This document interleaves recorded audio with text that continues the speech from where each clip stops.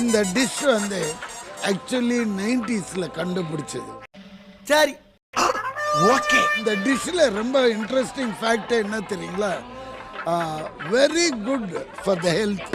ஏன்னா சரி there is no masala ingredient.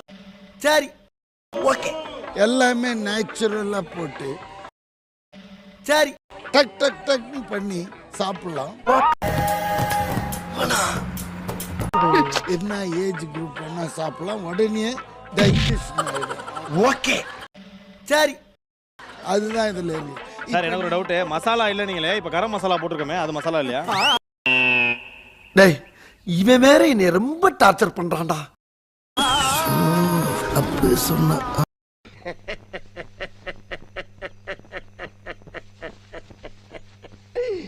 ஐயோ வாய் கொடுத்து மாட்டிக்காத.